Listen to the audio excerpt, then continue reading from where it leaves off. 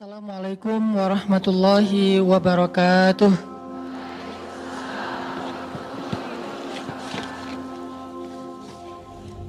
Innal hamdalillah nahmaduhu wa nasta'inuhu wa nastaghfiruh. Asyhadu an la ilaha illallah wahdahu la syarikalah wa asyhadu anna Muhammadan abduhu wa rasuluh. Allahumma salli wa sallim wa barik ala sayyidina Muhammadin kama dzakarahu dzakirun al-akhyar wa salli wa sallim wa barik ala sayyidina Muhammadin makhtalafal lailu wan nahar wa salli wa sallim wa barik ala sayyidina wa habibina Muhammadin wa alal muhajirina wal ansar. Radina billahi rabba wa bi Muhammadin nabiyya wa bil islami dina. Rabbi syrah li sadri wa yassir li amri wahlul 'uqdatan min lisani yafqahu qawli. Puji syukur kepada Allah Subhanahu wa taala atas nikmat kesempatan yang Allah berikan untuk kita pada pagi ini. Kita bisa duduk yang insya Allah di salah satu di antara taman-taman surga yang ada di muka bumi, yaitu majelis ilmu atau tempat orang-orang berkumpul, kemudian mereka mengingat Allah Subhanahu wa taala, mereka membahas tentang kebesaran-kebesaran Allah Subhanahu wa taala, dan mudah-mudahan outputnya adalah bertambahnya iman di dalam hati kita seperti orang-orang yang duduk di antara para sahabat yang liyazdadu imanan ma'a imanihim, bertambah iman mereka dengan majelis ilmu bersama iman yang sudah ada di dalam hati mereka. Teman-teman sekalian, ibu-ibu yang dirahmati Allah Subhanahu wa taala, dalam kesempatan ini kita sengaja mengambil sebuah judul yang insya Allah judul ini hanya saya bahas di kajian khusus muslimah. Tidak akan saya bahas di khutbah Jumat.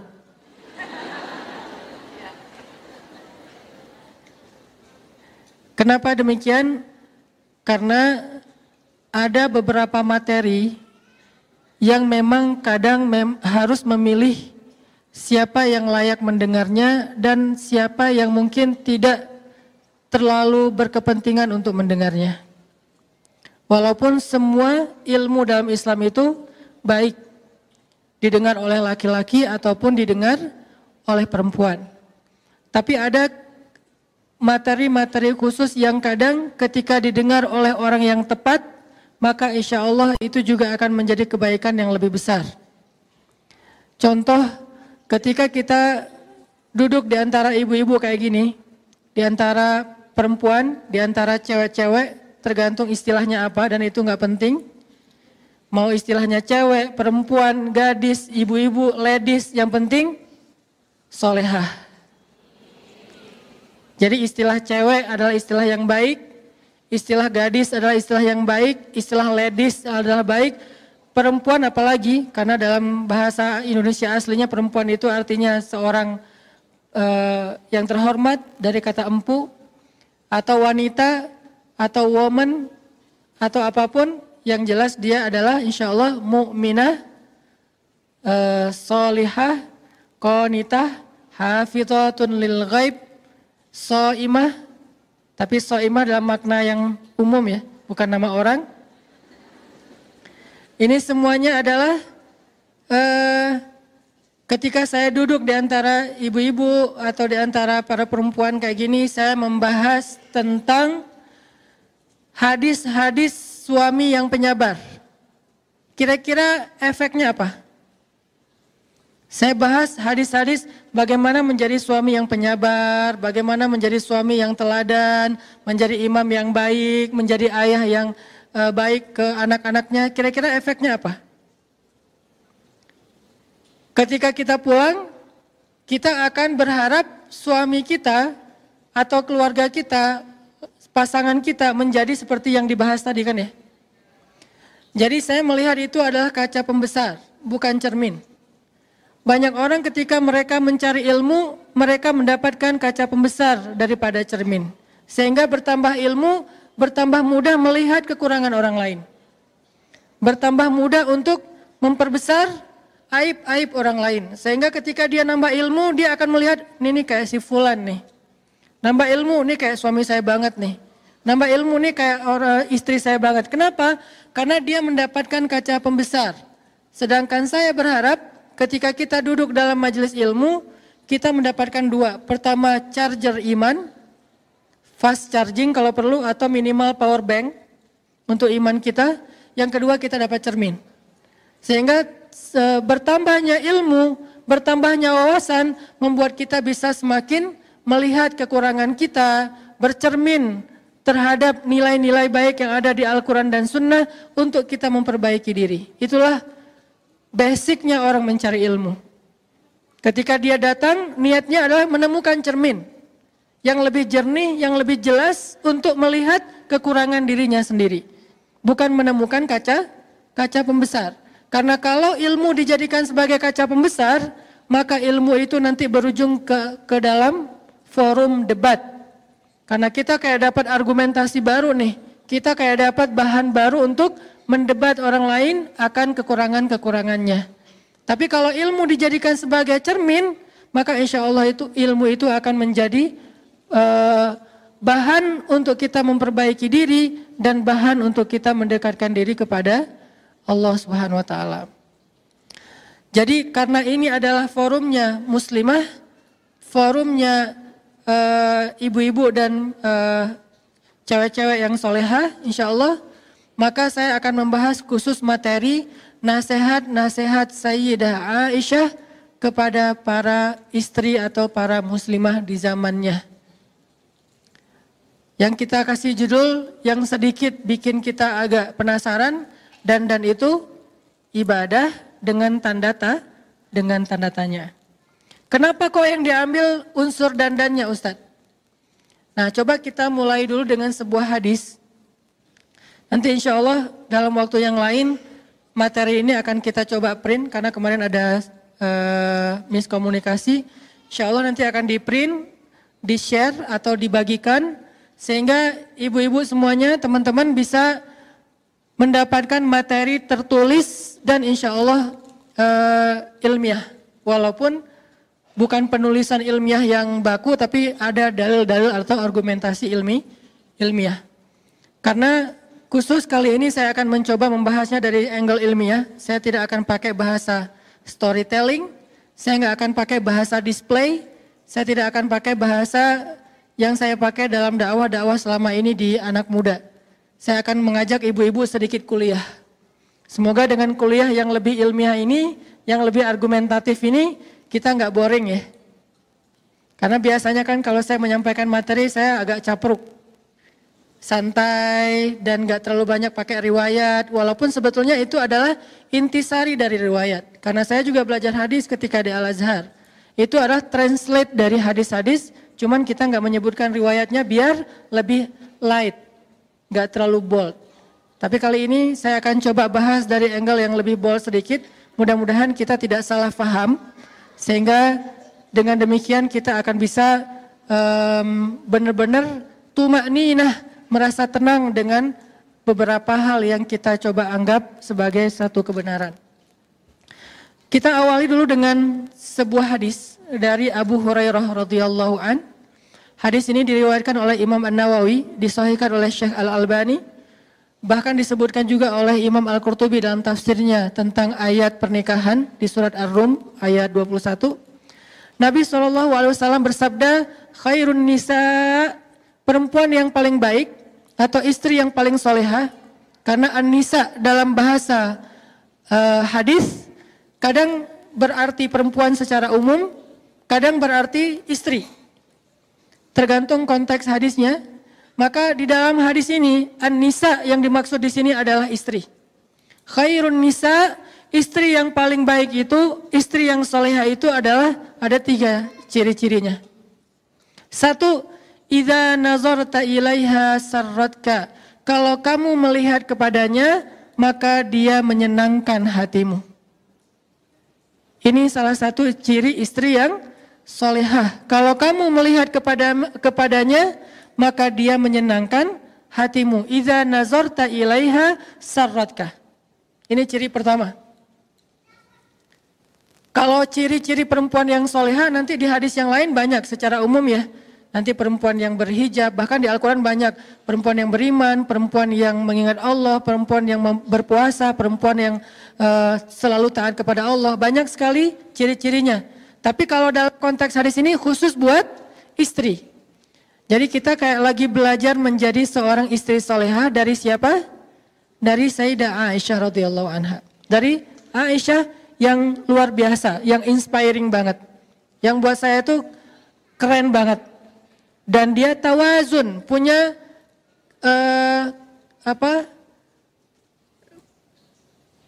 keseimbangan dalam segala hal. Perfect dalam segala urusan. Bukan hanya masalah ahli ibadah, dan kita tahu gimana ahli ibadahnya Aisyah. Bukan hanya dalam masalah jawad, karim, suka menginfakkan hartanya. Kita juga tahu gimana Aisyah sekali menginfakkan hartanya itu 1.000 dirham. Itu ratusan juta loh kalau dikonvert ke rupiah. Sekali sedekah itu 1.000 dirham. Tapi kita juga akan membahas sisi lain dari Aisyah yang membuat Aisyah ini kata Nabi seperti garam di dalam satu masakan. Kalau nggak ada garam gimana pun bumbunya banyak kayak ada yang kurang gitu kan ya. Kalau Khadijah perempuan yang sempurna. Fatimah perempuan yang sempurna. Maryam perempuan yang sempurna. Asiyah istri Fir'aun perempuan yang sempurna. Terus Aisyah dia seperti garam di dalam masakan. Kalau nggak ada ini walaupun dia sedikit saja, kalau nggak ada jadi hambar semuanya. Dan itulah Aisyah radhiyallahu anha. Sehingga ketika kita belajar dari Aisyah, kita belajar unsur garamnya. Bukan pecinnya ya, tapi garam. Kalau pecin kadang gurih tapi nggak sehat. Kalau garam gurih dan menyehatkan. Oke, materi sudah diposting di IG Soft Muslimah buat nanti teman-teman yang mau mengakses. Bisa sekarang, bisa nanti setelah acara ini. Kata Nabi, khairun nisa, sebaik-baik perempuan atau sebaik-baik istri itu adalah idza nazarta ilaiha sarratka. Kalau kamu melihat ke arahnya, maka dia menyenangkan hatimu. Itu yang pertama. Yang kedua, idza amartaha ata'atka. Kalau kamu meminta dia sesuatu atau kamu menyuruhnya melakukan sesuatu, maka dia taat kepadamu. Itu ciri yang kedua. Kamu di sini siapa, ibu-ibu? Suami. Jadi kalau suami meminta sesuatu kepada istrinya, menyuruh sesuatu kepada istrinya, ata'atka, dia taat kepada suaminya. Itulah istri yang solehah. Dan yang ketiga, idza ghibta anha hafizatka fi amwalika wa ahlik. Kalau engkau meninggalkannya, kerja, dinas, kayak gitu-gitu, maka dia akan menjaga kehormatanmu dan hartamu dengan amanah. Menjaga kehormatanmu dan hartamu dengan amanah. Yang ketiga ini saya coba buka sedikit, karena ini nggak akan dibahas panjang. Menjaga kehormatan di sini artinya apa ibu-ibu? Menjaga kehormatan salah satunya adalah tidak membuka aurat keluarga kepada publik. Apa aurat keluarga? Aurat keluarga itu bukan hanya tubuh. Itu kalau aurat fisik, aurat diri kita, aurat pribadi. Aurat keluarga, masalah keluarga. Jadi menjaga kehormatan suami artinya kita nggak boleh curhat di sosmed. Itu arti menjaga kehormatan suami. Tidak curhat di sosmed, baik dengan Instastory ataupun dengan postingan feed, baik dengan bikin vlog di YouTube ataupun tulisan panjang yang di-scroll nggak selesai-selesai di FB, atau bahkan sekedar status saja, update status di WhatsApp kita atau di Telegram misalnya.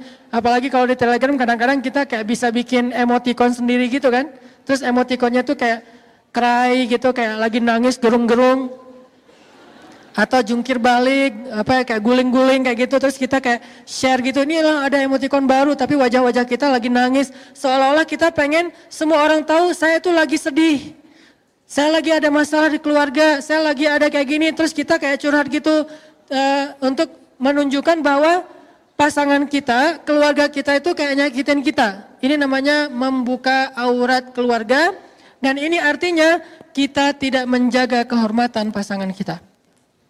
Kalau itu yang kita lakukan, bukan soal soleh atau tidak, soal Allah mau membantu kita atau enggak dalam masalah kita.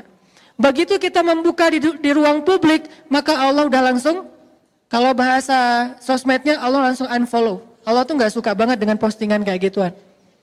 Sama kayak kita kalau ada postingan hoax, kalau ada postingan yang terlalu vulgar, kalau ada postingan yang kayaknya nggak nyaman gitu kan kita unfollow ya. Allah, malaikat juga gitu. Allah itu nge-follow kita. Mana ayat Allah nge-follow kita? Wa huwa ma'akum aynama kuntum. Maka dia bersama kalian dimanapun kalian berada. La tahzan innallaha ma'ana. Jangan sedih, jangan khawatir, Allah bersama kita. Ma zannuka bisnain Allahu salisuhuma, kata Nabi. Kenapa kalian pikir kita cuma berdua? Bukankah Allah yang ketiga? Allah itu ngikutin kita. Allah itu membersamai kita kalau bahasa resminya. Tapi begitu kita posting sesuatu yang sifatnya aurat keluarga di ruang publik, maka Allah langsung unfollow. Bentuk unfollow-nya kalau yang paling ekstrim di surat At-Taubah, bara'atum minallah, Allah angkat tangan. Gak mau lagi terlibat. Kalau Allah udah gak terlibat dalam masalah keluarga kita, ibu-ibu, maka siapa lagi yang bisa menyelesaikan masalah kita? Kalau Allah udah gak terlibat dalam masalah kita dengan pasangan kita, terus siapa yang akan membujuk hati pasangan kita agar dia kemudian jadi sayang lagi sama kita?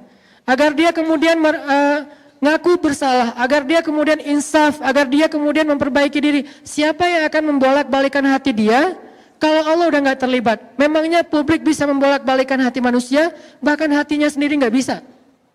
Karena hati manusia ada di antara jemarinya Allah. Allah lah yang membolak-balikan hati itu. Yuqallib dzatal yamin wa dzatal shimal, itu Allah yang melakukan. Sehingga kalau Allah udah angkat tangan, udah gak ada lagi yang akan menolong kita dalam masalah keluarga kita. Jadi kita ingin ditolong oleh followers, oleh netizen, oleh publik, atau ingin ditolong oleh Allah Subhanahu wa taala. Kalau ingin ditolong oleh Allah, maka kalimat terakhir tadi adalah idza ghibta anha hafizatka fi amwalika wa ahlika. Kalau kamu tidak bersama dengan dia, dia menjaga kamu. Salah satu adalah menjaga kehormatan. Nanti ibu-ibu boleh, ini hanya kasih clue aja. Nanti ibu-ibu boleh cek di surat curhat di Al-Quran. Apa surat curhat teh? Surat Al-Mujadalah. Itu kan terjemahannya curhat. Kalau Al-Mujadilah, perempuan yang curhat. Kalau Al-Mujadalah, curhat. Jadi tergantung kita bacanya dilah atau dalah. Kalau kita baca Mujadilah, berarti perempuan yang lagi curhat. Kalau kita baca Al-Mujadalah, berarti curhat itu sendiri. Surat Al-Mujadalah berkisah tentang seorang sahabiat, seorang perempuan yang solehah banget, yang luar biasa, namanya Khawlah bintu Tha'labah. Yang dia itu dizolimi oleh suaminya, disakitin oleh suaminya, bahkan diputusin dengan cara yang kejam banget oleh suaminya. Kok kejam Ustaz? Ya kejam banget. Karena diputusin yang kejam yang kita tahu itu kan dia ngomongnya, kita adik kakaan aja yuk. Itu kan kejam ya. Ngajak jadi adik kakak kan kejam ya. Ini ada yang lebih kejam. Apa kalimatnya? Kita jadi anak dan ibu aja yuk. Itu lebih kejam loh. Dalam bahasa fikih dikenal dengan istilah zihar. Cuman saya karena dakwahnya di segmen anak muda, di teman-teman yang sama-sama dengan saya juga baru belajar hijrah, saya nggak banyak menggunakan istilah-istilah fikih, istilah tafsir, istilah hadis, langsung ditranslate, diputusin. Diputusin. Cuman orang kadang-kadang apaan sih diputusin? Mungkin dia nggak paham segmentasi dakwah saya yang sedang saya jalanin, dia masih menggunakan bahasa pesantren, zihar. Bahkan banyak dari kita nggak tahu apa itu zihar. Sehingga butuh translate. Zihar itu diputusin dengan cara ngomongnya apa? Kita jadi anak dan ibu aja. Itu lebih kejam daripada dulu ada yang mutusin kita jadi adik kakak aja. Kita temenan aja yuk, kita sahabatan aja yuk. Kamu udah aku anggap kayak sahabat sendiri kok. Kita udah nggak gitu-gitu amat lah gitu ya. Teman tapi gitu deh. Nah ini ada yang lebih kejam daripada teman tapi gitu deh. Apa? Kita jadi anak dan ibu. Artinya haram selama-lamanya, seperti ibu haram bagi anaknya, bukan lagi istri. Akhirnya Khawlah ketika dizolimi oleh suaminya, dia curhatnya ke siapa ibu-ibu?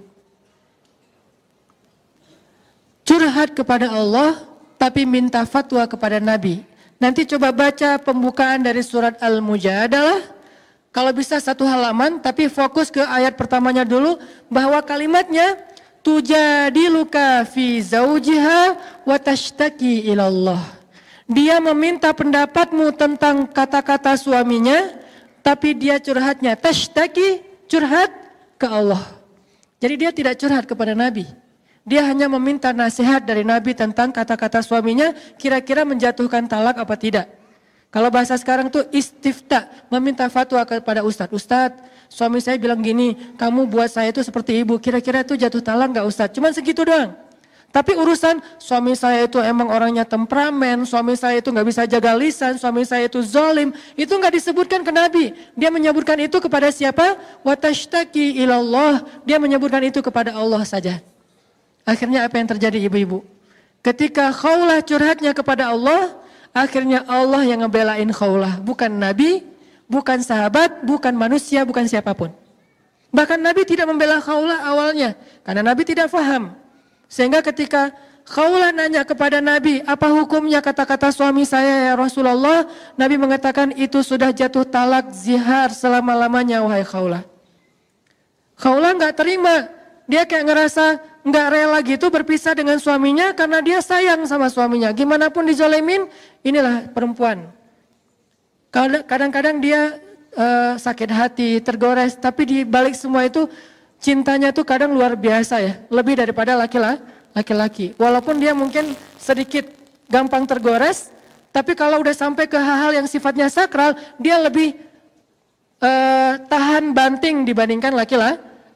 Laki-laki dengan mudahnya mengeluarkan kata talak apa segala macam. Pada akhirnya perempuan yang akhirnya minta kalau bisa ini nggak jatuh talak, Ustadz gimana? Suami saya ngomong kayak gini. Yang akhirnya mencari solusi cewek, ibu-ibu, istri.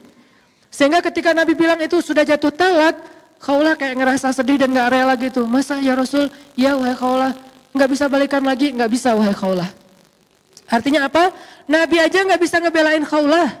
Padahal Nabi kurang apa coba? Nggak ada lagi manusia yang lebih baik daripada Rasul. Tapi nggak bisa ngebela Khawlah. Kenapa? Karena manusia. Tapi Khawlah curhatnya kepada Robnya manusia, kepada pemilik hati, kepada yang maha tahu segala sesuatu. Wa tashtaki ilallah ilahi Rabbi ashku bathi wa huzni ilaik. Aku adukan rasa sedih dan kecewaku hanya kepada engkau. Bukan kepada Instagram, bukan kepada Snapgram, bukan kepada YouTube, bukan kepada para subscribers, bukan kepada FB friends, bukan kepada siapapun, bahkan bukan kepada geng di grup WA saya ya Allah. Saya nggak posting apa-apa, geng aja nggak tahu masalah saya. Kayaknya mereka ngelihat rumah tangga saya asik-asik aja, biasa-biasa aja. Sampai geng kita banget, yang nggak ada yang orang lain yang tahu apa yang kita bicarain di dalam grup. Mereka nggak tahu, gitu banget Khawlah teh. Sampai ibunya aja nggak tahu masalah Khawlah. Sampai teman dekatnya aja nggak tahu. Teman dekat kan bahasa kita geng ya. Gengnya aja nggak tahu. Yang tahu cuman Allah kemudian Nabi. Curhat ke Allah, ya Allah, ashku bathi wa huzni ilaik. Aku adukan kekecewaanku dan kesedihanku hanya kepada Engkau. Aku kecewa ya Allah, aku sedih ya Allah, aku nggak terima diginiin ya Allah. Akhirnya Allah yang membela Khawlah dengan menurunkan 1 halaman penuh dari surat Al-Mujadalah. Bentuknya adalah pembelaan kepada Khawlah. Suaminya dimarahin sama Allah di ayat itu. Disuruh bertaubat oleh Allah di ayat itu. Dikasih beberapa hukuman syariat. Dia harus berpuasa atau memberikan makan kepada fakir miskin dan seterusnya. Sebagai hukuman terhadap kata-katanya yang mutusin istrinya dengan bahasa kita jadi anak dan ibu aja. Ini artinya apa? Kalau kita menjaga Allah, Allah jaga kita. Bentuk menjaga Allah dalam urusan rumah tangga, jaga kehormatan rumah tangga kita yang Allah perintahkan. Hafizatka fi amwalika wa ahlika. Nanti Allah yang akan menjaga hati kita, menjaga perasaan kita, menjaga rumah tangga kita. Allah yang akan terlibat. Ini poin yang ketiga ya. Walaupun bukan akan kita bahas panjang. Inilah 3 ciri istri solehah yang disampaikan oleh Nabi dalam hadis riwayat An-Nasai. Satu, idza nazarta ilaiha sarratka. Kedua, idza amartaha ata'atka. Ketiga, idza ghibta anha hafizatka fi amwalika wa ahlika. Yang akan kita bahas yang mana ibu-ibu? Dari 3 ciri itu. Yang pertama, karena hubungannya dengan dandan. Idza nazarta ilaiha sarratka. Kalau kamu ngelihat ke dia, maka dia menyenangkan hatimu. Kalau bahasa saya, kalau diliatin tuh nyenengin. Gak bisa lepas juga ya dari capruk bahasa santai lah ya, gak apa-apa ya. Gak terlalu resmi gak apa-apa. Kalau dilihat nyenengin. Ini cewek luar biasa nih, ngelihat dianya aja betah. Seorang istri yang solehah, buat suaminya itu betah melihat ke arah dia. Kenapa? Itulah salah satu cara agama menjaga pandangan laki-laki adalah dengan menyuruhnya menikah. Dan salah satu syarat menikahi seorang perempuan itu kata Nabi apa? Tunkahul mar'ah li arba'ah. Perempuan itu dinikahi karena 4 alasan. Walaupun alasan-alasan ini enggak harus sempurna. Tapi ini dipertimbangkan. 1, li jamaliha, untuk kecantikannya. Cantik relatif. Ada orang yang senang dengan yang model matanya kecil. Ada yang model matanya lebar. Ada yang pengen rambutnya keriting. Ada yang pengen rambutnya lurus. Ada yang pengen misalnya kulitnya putih bersih. Ada yang pengennya agak lebih kayak etnik gitu misalnya. Ada yang pengen misalnya yang kurus, ada yang pengen dia nggak kurus-kurus amat, karena kalau terlalu kurus dia kayak nggak apaan sih gitu-gitu amat. Dia pengennya yang biasa-biasa aja misalnya. Kan itu relatif ya. Karena relatif, Nabi nggak mengatakan spek Jamal itu apa. Spek dari cantik itu apa enggak, hanya disebutkan karena kecantikannya. Bahkan walaupun ini bukan yang paling penting disebut di awal tetap.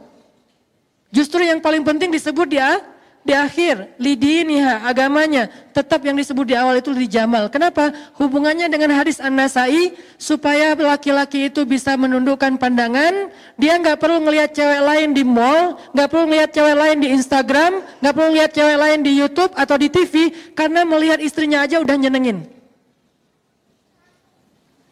Jadi ketika Allah Subhanahu wa taala menyuruh seorang laki-laki untuk ghaddul basar, menundukkan pandangan, itu bukan ngelihat ke bawah. Menundukkan pandangan itu bukan melihat ke bawah. Dalam beberapa kasus ya melihat ke bawah. Tapi dalam beberapa kasus kalau perlu lihat ke atas. Kenapa? Kalau dia di mall lantai 2 ngelihat ke bawah malah nggak boleh. Pak, kenapa sih kok di situ aja berdirinya? Mah lagi nundukin pandangan mah. Kan nggak kayak terus di bawah kayak lagi ada event gitu, terus banyak para dancer gitu kan. Kayak lagi malam mingguan kan suka ada kayak live musik atau apa, terus dia kayak nundukin pandangan dari atas gitu. Lagi ngapain Pak? Lagi ghaddul basar. Kan nggak bisa. Jadi terjemah menundukkan pandangan bukan melihat ke bawah, menjaga pandangan. Dan Islam, ini salah satu karakteristik Islam nih ibu-ibu. Islam itu nggak pernah ngelarang sesuatu tanpa ngasih solusi, itu nggak pernah. Nggak pernah. Kalau kita paham Islam yang luas. Contoh, Ustadz, riba diharamkan. Terus kita ngapain dong Ustadz? Riba itu dilarang, tapi juga dibolehkan. Ustadz nggak takut ditahzir? Enggak. Riba itu boleh ibu-ibu. Yang nggak boleh riba dengan manusia, tapi riba ke Allah itu boleh. Malah untungnya lebih gede lah gitu. Sehingga ayatnya, yamhaqullahu riba wa yurbis shadaqat. Allah menghapus riba, tapi meribakan sedekah. Jadi siapa yang senang dengan riba, hayu. Riba dengan Allah, caranya sedekah. Kita kasih 1, Allah balikin 700. Jadi siapa yang senang memperbanyak hartanya dengan cara sistem riba, boleh banget. Tapi coba ribalah ke Allah, sedekah yang banyak nanti Allah balikin berlipat-lipat kali. Bukan 1%, bukan 3%, bukan 5% seperti deposito versi kita, bahkan 700 kali lipat. Kalau senang riba, ribalah dengan Allah. Jadi Allah nggak melarang tanpa ngasih solusi. Ustadz nggak boleh minum khamar. Boleh, siapa bilang nggak boleh minum khamar? Yang nggak boleh minum khamar itu di dunia, di surga banyak khamar. Bahkan khamarnya jadi sungai yang lagi di surga. Tapi bedanya sungai khamar di surga tidak memabukkan dan tidak menghilangkan akal. Sehingga tetap terhormat walaupun minumnya sebanyak mungkin yang dia mau. Jadi khamar tidak dilarang kecuali di dunia saja. Di surga Allah sediakan khamar yang lebih baik daripada yang ada di dunia. Semua jenis khamar di dunia dengan berbagai macam brand, yang kadang-kadang satu gelasnya aja harganya jutaan, sabar. Nanti kita akan minum yang satu gelas harganya lebih dari 1 miliar di surga. Allah tidak melarang sesuatu tanpa ngasih solusi. Pacaran gak boleh? Boleh, tapi akad dulu baru pacaran. Siapa bilang pacaran gak boleh? Bukankah ayat pacaran di Al-Quran itu surat Ar-Rum ayat 21? Allah menjadikan di antara kalian, wahai pasangan yang halal, mawaddatan warahmah. Apa arti mawaddah warahmah? Kasih dan sayang. Berkasih sayang bahasa anak main pacaran. Dan itu boleh banget setelah nikah. Dan pacaran setelah nikah jauh lebih seru daripada pacaran sebelum nikah. Gak perlu ngumpet, gak perlu diam-diaman, gak perlu takut ketahuan orang lain, gak perlu harus di tempat-tempat yang tersembunyi, gak perlu takut ada rasa dosa, malah berpahala lah gitu. Ngelihat aja berpahala, memegang tangannya berpahala, berpelukan berpahala, dan seterusnya gak usah diperjelas, berpahala. Ini pacaran setelah nikah. Jadi nggak ada dalam Islam larangan tanpa solusi. Gitu juga hal yang lain termasuk menundukkan pandangan. Wahai katakan kepada laki-laki yang beriman agar mereka menundukkan pandangan. Terus solusinya apa Ustaz? Kalau nggak boleh ngelihat yang keren-keren, ciptaan Allah yang indah, lihatlah ciptaan Allah yang ada di rumahmu, yang itu juga nggak kalah indah. Li jamaliha, dipilih karena keindahan sesuai selera. Apa yang engkau lihat dari seorang istrimu? Sehingga ketika ada seorang laki-laki muhajirin mau menikahi seorang perempuan Ansor di zaman Nabi, terus Nabi nanya, datang ke Nabi dia ngomong gini, ya Rasul, saya pengen nikah gitu. Pengen update status. 2019 ganti status. Gitu. Saya pengen 2019 ganti status. Oh, bagus kata Nabi. Dengan siapa? Dengan perempuan Ansor. Nabi nanya apa ibu-ibu? Apakah kamu sudah melihat dia? Enggak ya Rasul, kan saya orangnya kayak soleh gitu kan, enggak ngelihat gitu kan, enggak ada, bahkan ta'aruf aja enggak, kayak dijodohin aja. Kamu mau enggak nikah sama anak saya, insya Allah dia amanah, soleha, oh mau. Ternyata modal soleh juga tetap diperbaiki sama Nabi, enggak cukup kayak gitu doang. Mentang-mentang kamu sama-sama soleh soleha, terus enggak saling ngelihat, enggak kata Nabi, lihatlah mereka, lihatlah dia. Akhirnya kata laki-laki ini, saya pun mencuri-curi pandang untuk melihatnya. Mencuri-curi pandang, bahasa sosmednya stalking. Bahasa sosmednya stalking. Saya pun cari-cari tahu tentang dia. Oh ini orangnya. Tapi kalau stalking yang lebih baik itu jangan di sosmed, karena itu hasil editan. Wah ternyata bener ya, solehah cantik lagi tuh pas ketemunya. Di mana ya orangnya? Saya. Loh kok agak-agak beda ya. Ini gara-gara apa? Hasil editan. Di sosmed itu ngeditnya sampai 3 kali loh. Editan pertama touch up. Pakai foundation, terus kayak pakai blush on gitu, apa segala macam, bibirnya pakai lipstick yang matte apa. Udah, editan pertama. Kok Ustaz tahu? Kan judulnya juga dandan. Itu demi menguasai materi ya. Enggak, istri saya pakai soalnya. Buat suaminya insya Allah. C. Terus yang kedua, apa? Editan yang kedua teh, pakai kamera depan. Soalnya kamera depan tuh agak-agak blur gitu, jadi nggak kelihatan ada apa goresan-goresan. Yang ketiga, editan pakai aplikasi gratisan. Wah, semalaman ngedit. Ini gimana caranya biar matanya agak dilebarin dikit nih. Alisnya ditambahin. Terus jadi kayak nggak simetris gitu, agak-agak miring. Repot semalaman baru besok pagi posting berharap dapat banyak like. Itulah kalau kita stalkingnya di IG. Kalau pengen stalking langsung datang ke rumahnya. Pak, saya pengen ketemu sama si Neng. Seneng yang mana gitu. Calon saya, oh ya ditampingin sama bapaknya, ditemenin. Duduk aja bertiga gitu, atau berempat, atau berlima, atau sekampung, gak masalah. Duduk, lihat langsung. Dan perempuan yang bercadar pun dalam konteks ta'aruf kayak gini, sebagian ulama mengatakan boleh membuka cadar hanya untuk calon pasangannya. Sampai dibolehkan membuka cadar bagi perempuan yang bercadar khusus untuk calon pasangannya. Di riwayat yang lain mengatakan nggak perlu lihat wajahnya, cukup lihat matanya dan tangannya saja. Yang jelas lihat. Kenapa? Li jamaliha. Kadang ada selera menurut temennya cantik, menurut dia kok saya biasa aja ya. Kalau gitu jangan paksain. Kenapa? Karena dia nggak akan jadi solusi kamu dalam menundukkan pandangan. Seorang istri harusnya idza nazarta ilaiha sarratka. Kalau dilihatin suami itu nyenengin suami banget. Sehingga dia malas banget nonton film apa kayak drakor segala macam. Udah ada drakor di rumahnya. Gak perlu nonton K-pop, udah ada K-pop di rumahnya. Gak perlu nonton apa misalnya lagu-lagu barat segala macam, udah ada itu di rumah.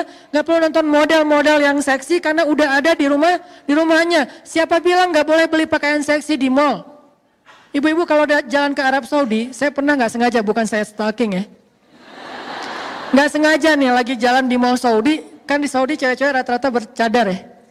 Cewek bercadar tapi belinya maaf, pakaian-pakaian yang kayak orang di pantai kayak gitu, pakaian-pakaian yang mungkin sebutlah kalau bahasa perempuan mungkin kayak lingerie gitu belinya, tapi bercadar. Pertanyaan saya, bercadar, lingerie terus pakainya gimana ya? Ternyata lama-lama saya menjadi paham, oh itu saking solehannya nih perempuan. Di luar dia tidak mau tabarruj. Tabarruj itu bukan larangan berdandan ibu-ibu. Tabarruj itu larangan berdandan untuk yang bukan muhrim. Harus diperjelas, bukan berdandan titik, bukan. Karena berdandan titik itu masih relatif. Ada sisi positif, ada negatif. Dandan bisa ibadah, bisa dosa. Kalau dandan yang keluar rumah berlebihan dan membuat fitnah, itu namanya tabarruj. Wala tabarrujna tabarrujal jahiliyatil ula. Tapi kalau dandannya untuk suami, itu namanya tazayyun. Dan tazayyun bagian dari ibadah seorang istri. Nanti kita baca nasihat-nasihat Aisyah tentang itu. Sehingga seorang istri ketika dia membeli pakaian-pakaian yang menyenangkan suaminya, walaupun tidak harus berlebihan, nggak usah terlalu kayak vulgar juga, kayak maaf mungkin terlalu kayak bikin dia jadi kayak terlalu caper atau apa. Asal menyenangkan suaminya, syaratnya apa? Kalau dia belanja, bawa suami. Satu, biar dibayarin. Sebetulnya nggak harus bawa juga sih, nanti kan bisa dirimbas ya. Habis beli, Pak mau dapat pahala nggak? Pahala apa mah? Pahala dandan. Caranya rimbas dong semua biayanya gitu. Bisa. Yang kedua, biar suami yang memilih. Kayak beli body lotion. Saya kalau beli body lotion istri, saya milih. Alhamdulillah. Istri saya nanya, yang ini body lotionnya kan banyak nih, mau yang mana? Kalau aku sih senang yang fruity, saya bilang. Oh fruity, udah fruity kan banyak macam-macam. Ya terserah suami, bisa aja fruitynya misalnya rasa durian gitu. Aku sih yang durian aja boleh nggak? Oh boleh, beli aja. Pakai. Rumah kita kenapa ya kayak lagi musim durian? Iya, body lotion gitu. Terserah suami deh. Kenapa? Karena kita ingin menyenangkan, kan niat awalnya itu kan. Idza nazarta ilaiha sarratka. Jadi benar-benar suami itu kayak betah banget di sebelah istri karena body lotionnya juga kayak aroma kesukaan dia banget. Misalnya kayak fruitinya tuh strawberry atau mungkin apa kayak gitu-gitulah yang saya juga nggak ngerti. Kalau saya taunya beberapa doang misalnya. Nah itu bisa bikin terus kayak beli parfum. Parfumnya yang kayak gimana? Aku yang seneng yang ada kayak manis-manisnya gitu. Oh ya udah vanilla aja ya, vanilla, beli aja vanilla. Jadi kalau kayak pakai baju terus pakai parfum vanilla di sebelah suami, suami kayak merasa kamu harum banget sih. Karena harum itu bukan cuma parfum. Selera parfum kan orang private banget ya. Suami kita yang tahu dia lebih senangnya apa. Terus kayak pakaian, dia senangnya yang warna apa, bukan kita senangnya warna apa. Kalau mau beribadah, kalau kita senangnya warna apa, nggak ada nilai ibadah, atau mungkin juga nggak dosa, biasa-biasa aja, mubah gitu. Saya senangnya ungu, dari ujung rambut sampai ujung kaki ungu. Sampai setir mobil ungu, jok mobil ungu, kalau perlu bannya juga ungu. Kenapa? Kayak ungu fans banget lah ya pokoknya. Tapi kalau suami kita bilang, aku sih senangnya black on black sih. Soalnya suaminya anak street banget kan gitu ya. Jadi kayak anak jalan banget jadi senangnya black on black. Ya udah black on black kan soleha banget ya. Semuanya hitam serba hitam gitu. Sampai akhirnya pakai lipstick juga hitam misalnya. Nah, mama sehat. Kenapa? Terlihat seperti orang sakit gitu. Ya pokoknya suami yang memilih sampai warnanya atau apa. Ini insya Allah akan jadi ibadah banget ibu-ibu. Kenapa? Itu bisa jadi solusi kalau suami disuruh tundukkan pandangan, dia punya pandangan yang bisa membuat dia itu bisa mengalihkan sesuatu yang negatif menjadi yang positif. Lihat istri aja. Terus nanti di dalam hadis yang lain, ini kalau kita explore, komparasi beberapa hadis, karena metode belajar di Al-Azhar adalah metode komparatif. Kita itu nggak dibolehin banget di Al-Azhar itu, SOP kampus Al-Azhar itu nggak boleh menyimpulkan sesuatu tanpa mengambil beberapa referensi dalil. Jadi nggak boleh satu hadis langsung menyimpulkan fatwa, nggak boleh di Al-Azhar itu nggak boleh banget. Kita harus banding-bandingkan ayat dengan ayat, ayat dengan hadis, hadis dengan hadis, hadis dengan sahabat, sahabat dengan ulama. Wah, dibandingin semuanya, jadilah sebuah produk fikih yang dikenal dengan fatwa atau hukum. Itulah cara belajar di Al-Azhar. Kalau kita bandingkan beberapa hadis yang lain, nanti Nabi juga bersabda, keutamaan memandang istri. Tapi ini materinya buat khutbah Jumat. Seorang suami memandang istri, maka Allah Subhanahu wa taala akan menggugurkan dosanya. Memandang istri aja menggugurkan dosa mereka berdua nih. Istri ketika sering dipandang suami, maka dosanya berguguran loh ibu-ibu. Jadi kalau dipandang suami itu jangan dilarang. Pak, ngapain sih ngelihat gitu-gitu amat sih? Mikir yang macam-macam ya? Enggak. Kalau suami ngelihat kita tuh harus kayak, oh alhamdulillah lagi ibadah gratis tanpa harus berdiri ruku dan sujud, udah dapat pahala, berguguran dosa. Jadi pagi-pagi itu udah aja lewat lalu lalang rempong gitu depan suami. Suami kayak duduk gitu. Ya nggak gitu-gitu juga sih. Suami kayak ngelihat, saya beberapa kali suka gitu kalau pagi lebih udah siap dengan kopinya. Kadang-kadang salah posting lagi, posting kopi hari Senin. Ustaz nggak puasa, oh iya maaf, ketahuan gitu kan nggak puasa Senin. Terus kayak duduk gitu, istri lalu lalang ngeliatin. Satu kali lewat itu kayak tawaf loh. Kebayang nggak kalau sampai berapa puluh kali lewat, itu tuh udah berapa orang tawaf. Ke sana beresin dapur, sana lagi ke kamar anak, balik lagi ke kamar mandi, liatin aja. Terus kesimpulannya apa? Nih suami nggak pekaan nih. Ngeliat istrinya rempong, dia malah, kan bagi-bagi pahala.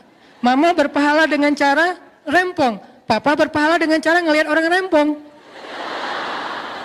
Dia ini memandang istri, karena dia seneng aja gitu ngeliat istri aku kayak gemesin banget sih kamu gitu kan ya.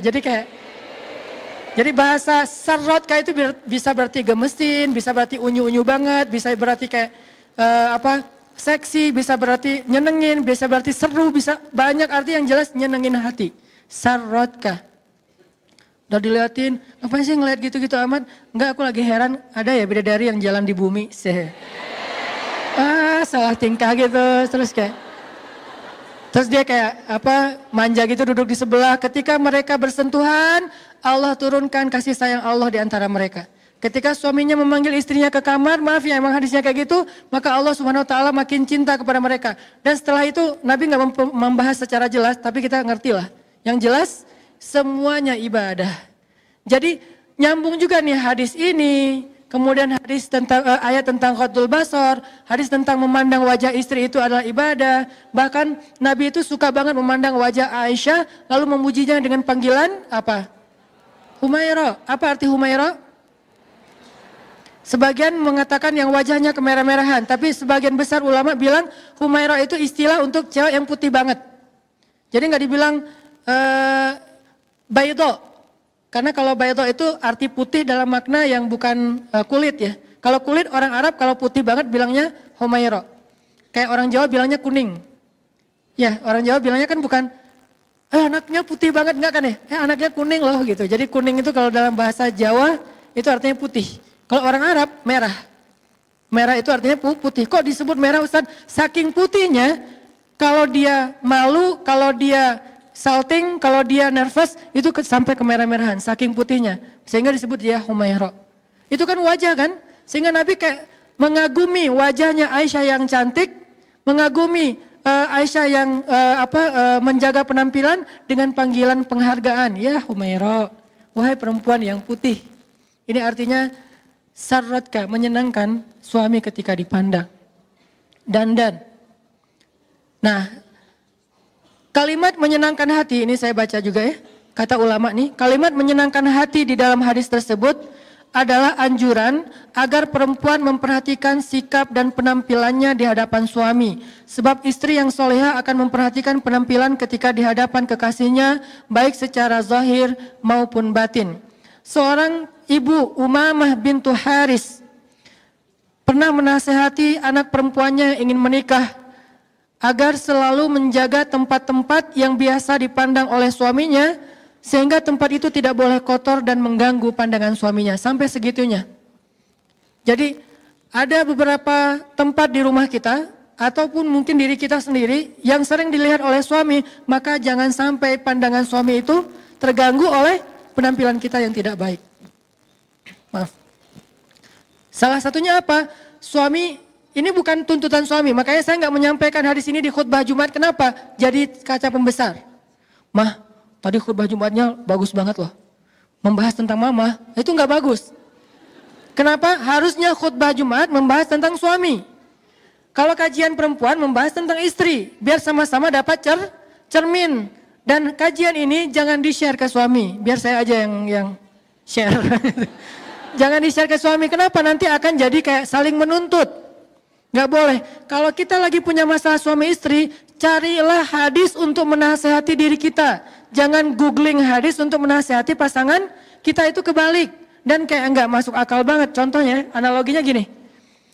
Handphone kita habis baterai. Terus tiba-tiba kita ngomong ke teman kita, mana handphone lo? Ngapain? Mau gua cas? Kenapa emang? Kan HP gua masih penuh baterainya. Soalnya handphone gua habis baterai. Aneh ya? Handphone kita habis baterai, tapi yang kita cas handphone teman. Nyambung gak sih? Gak nyambung kan? Mana handphone lo sini? Kenapa? Mau dicas? Kenapa? Handphone gua soalnya habis baterai. Kok handphone dia yang dicas? Harusnya handphone kita kan? Kalau kita punya masalah dengan pasangan kita, jangan mencas pasangan, caslah diri kita. Mencas pasangan, kita cari ayat, hadis untuk memperbaiki diri dia. Harusnya kita mencari ayat dan hadis untuk memperbaiki diri sendiri. Jadi suami cari hadis tentang suami, istri cari hadis tentang istri. Suami misalnya mencari hadis tentang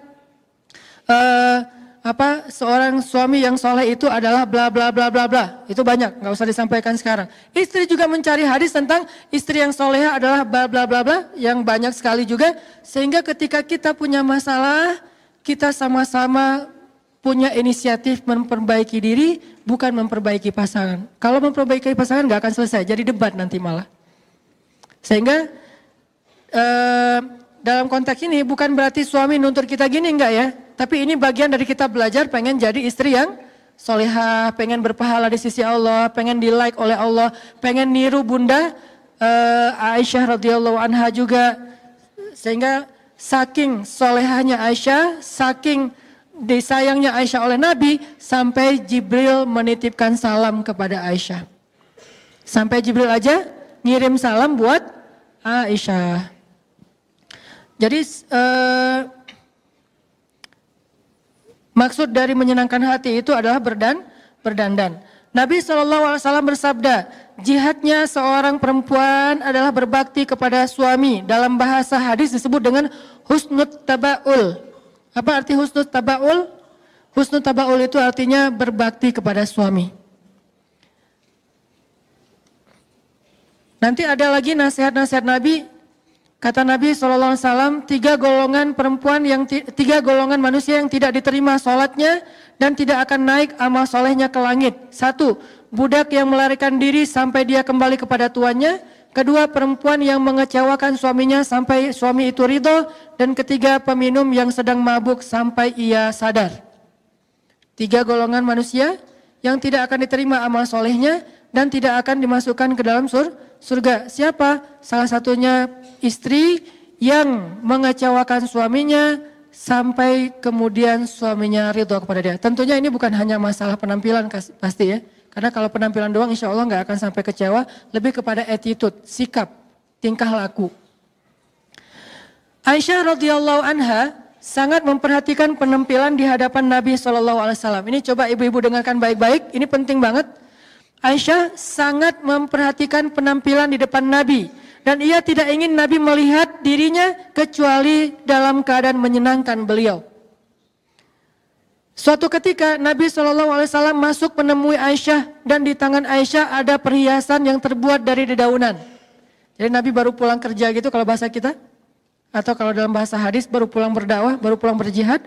Sampai di rumah Nabi menemui Aisyah. Aisyah sedang memegang perhiasan yang terbuat dari dedaunan. Yang perlu kita catat, Aisyah itu seorang perempuan yang sangat brilian, smart, kreatif. Itu Aisyah. Bukti kreatif, banyak barang-barang yang biasa aja di tangan Aisyah jadi bernilai. Itu Aisyah banget. Ada daun jadi bernilai sesuatu yang kreativitas luar biasa. Karena anaknya smart banget. Karena ceweknya itu brilian banget.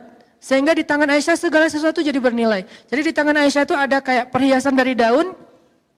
Nabi bertanya, ini apa wahai Aisyah? Kata Nabi. Dan kalimat ini harus dibaca dengan nada storytelling ya. Bukan nada khutbah. Kalau ada khutbah, ini apa wahai Aisyah? Kan nggak enak ya. Jadi kayak Nabi baru pulang-pulang tiba-tiba teriak, ya Aisyah, apakah ini? Apaan ya? Ini jadi gini ya.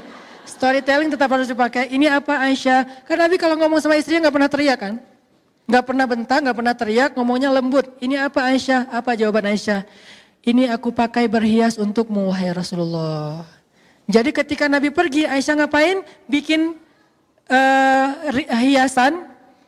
Bikin sesuatu yang bisa dia pakai ketika Nabi pulang, dia pakai untuk menyenangkan Nabi. Cuman kebenaran Nabi pulang dadakan gitu, Nabi ketuk pintu dibuka sama Aisyah dan di tangan Aisyah masih ada hiasan itu yang belum jadi.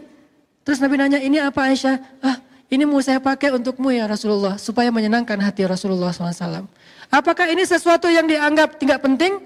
Kalau gitu kita menganggap Aisyah melakukan hal yang gak penting dong. Kalau kita menganggap Aisyah melakukan hal yang sia-sia, gak mungkin. Aisyah itu brilian banget, solehah banget, maka apa yang Aisyah anggap penting, maka itu ibadah. Apa yang Aisyah anggap penting, maka itu amal soleh. Kalau Aisyah sampai segitu-gitunya memperhatikan berhias untuk Rasulullah, berarti berhias untuk suami itu adalah ibadah dan amal soleh yang penting insya Allah. Apalagi dalil yang lain. Begitulah Aisyah radhiyallahu anha bersungguh-sungguh dalam berdandan untuk membahagiakan Nabi. Sehingga ia memperhatikan hal-hal yang kecil agar Nabi melihatnya dalam keadaan penampilan terbaik. Sampai terkadang ia sibuk mengurus dandanannya untuk Nabi dan melewatkan satu majelis ilmu bersama Nabi. Ini kata ulama. Saking sibuknya Aisyah berdandan untuk Nabi, kadang-kadang Aisyah nggak hadir dalam majelis ilmu bersama Nabi. Coba, seolah-olah kadang-kadang berdandan lebih utama daripada duduk di dalam majelis ilmu. Terkadang, bukan selalu ya. Kenapa nggak ikut talim kemarin? Lagi dandan. Oke. Terus besoknya, kok nggak ikut lagi? Kan dandan. Minggu depan, kok nggak pernah hadir sih? Kita bikin talim udah sering loh. Kan ibadah itu dandan. Nggak gitu-gitu amat juga sih. Islam itu kan syumul ya, komprehensif. Bukan satu hal doang, jangan parsial.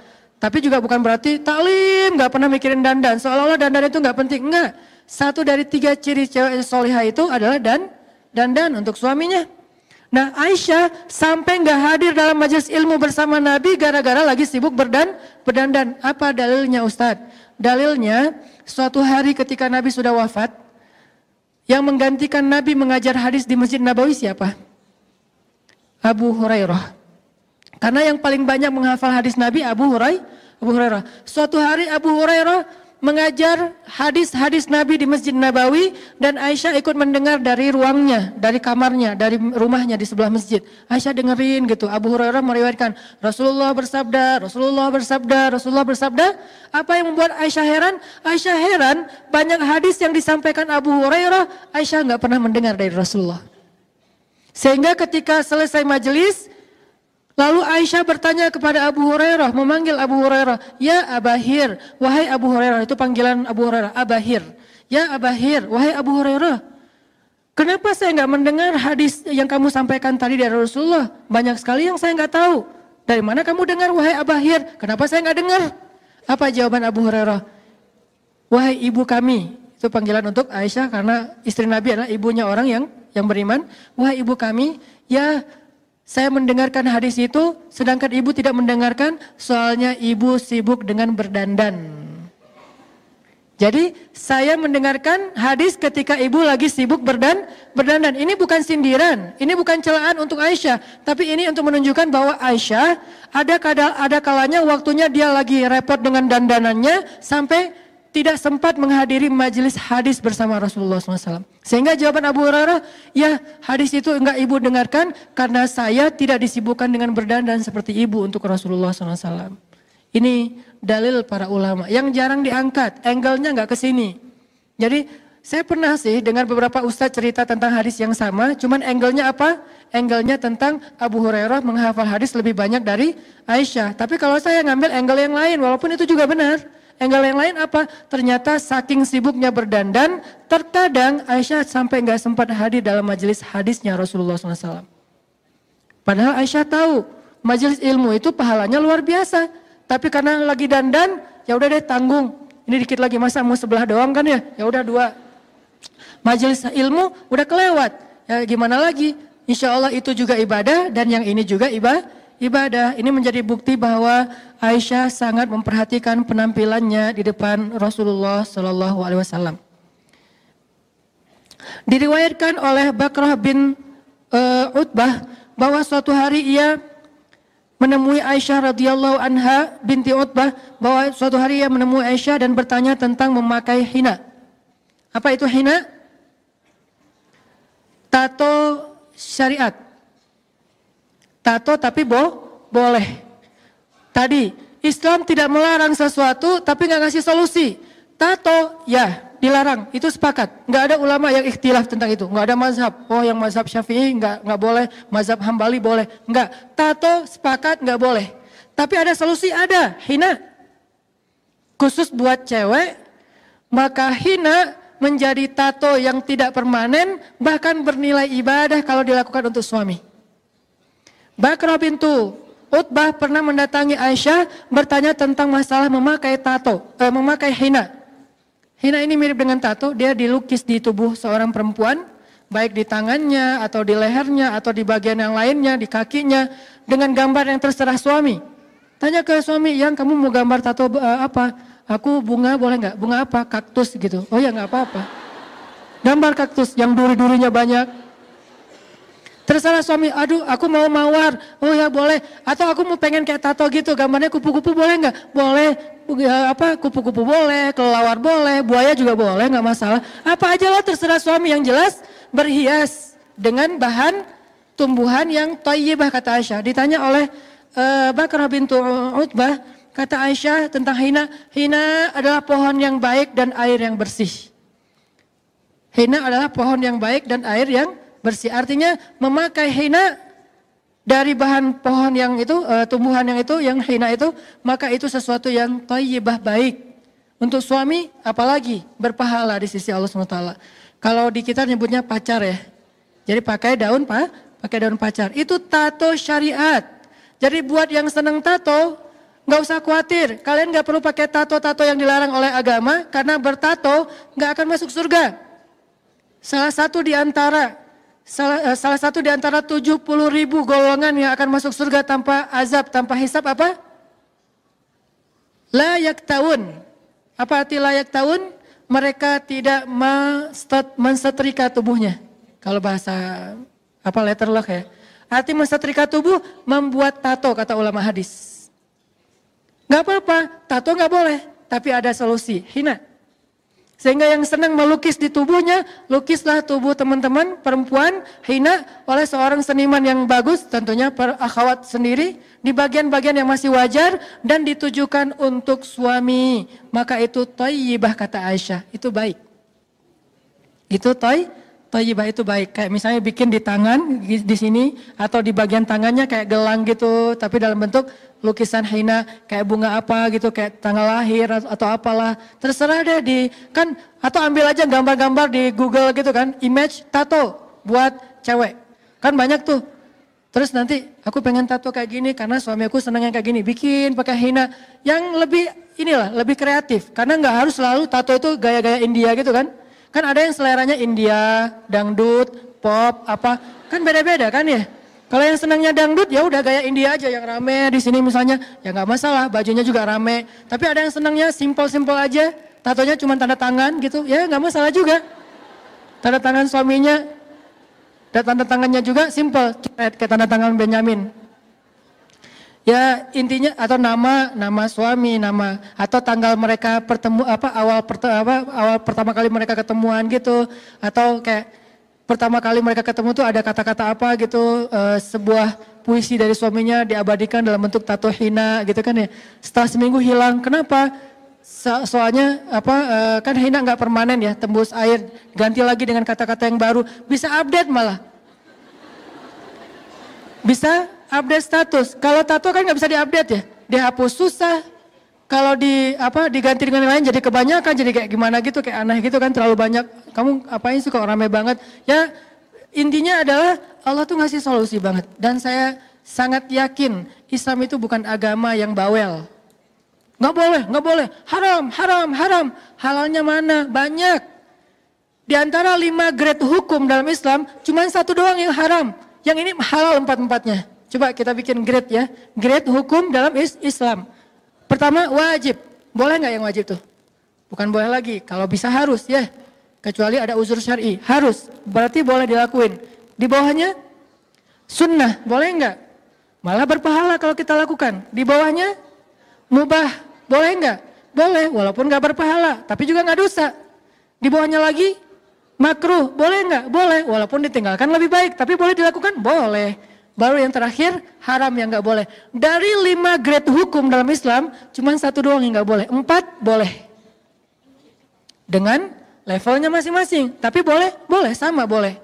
Cuman ada yang berpahala bolehnya, ada yang lebih berpahala lagi, ada yang biasa aja, ada yang bahkan kalau ditinggalkan berpahala, tapi dilakukan juga nggak masalah. Intinya adalah Islam itu bukan agama yang ribet, yang susah, yang berat, yang beban, yang bawel, yang cerewet, yang cuma tahu istilah haram. Ustadz ini haram, belum juga nanya udah haram. Gimana nih? Ustadz saya ada pertanyaan, haram. Kok haram? Belum nanya. Jadi jangan senang dengan kata haram, senanglah dengan kata halal. Halal, haram. Sehingga ayatnya basyiran wa naziran, berita gembira dan peringatan. Tidak ada naziran wa basyiran, peringatan dan berita gembira. Sehingga orang kayak trauma gitu ngebahas Islam. Udah nggak usah terlalu serius lah, gue trauma dengan istilah-istilah yang terlalu syariat. Jadi dengan syariat trauma, karena yang ditampilkan tentang syariat itu cambuk. Gak ditampilkan efek dari itu, gara-gara cambuk akhirnya zina jadi berkurang, bahkan hampir tidak ada. Gak ditampilkan efek dari hukum syariat itu, gak ada lagi orang yang buang bayi di jalanan. Bukan itu yang ditampilkan dari syariat, tapi adegan cambuknya, adegan rajamnya, adegan kisosnya. Gak ditampilkan gara-gara kisos jadi zero crime. Kenapa? Karena naziran wa basyiran, bukan basyiran wa naziran. Harusnya kan Islam itu basyiran wa naziran. Yang nyemangatin, yang bikin orang senang gitu, yang bikin orang bergairah. Termasuk ini. Ustadz, apa hukum tato? Boleh, tapi dari bahan hina, khusus cewek dan hanya untuk suaminya. Itu jawaban lengkapnya. Dan tolong ini jangan di-cut ya. Jangan diedit jadi 1 menit terus salah paham. Harus lengkap. Ustadz, apa hukum tato? Boleh, dengan syarat bahannya dari hina, dipakai oleh cewek, ditujukan hanya untuk suami. Tato yang kayak gitu, boleh. Saya lebih senang menjawab boleh daripada enggak. Ustadz, apa hukum riba? Boleh, dengan syarat ribanya ke Allah, bentuknya sedekah. Ustadz, apa hukum pacaran? Boleh, tapi akad dulu. Ustadz, apa hukum ini? Boleh. Ustadz, apa hukum khamar? Boleh banget, enak lagi tuh. Tapi di surga. Syaratnya meninggal dulu. Jadi banyak boleh sebetulnya, cuman kita kan jarang menggali sisi bolehnya ya. Lebih banyak menggali sisi nggak boleh. Ustadz, apa hukum ini? Nggak boleh. Ustadz, apa hukum itu? Neraka. Ustadz, apa hukum ini? Siksaan. Ustadz, apa hukum ini? Kutukan.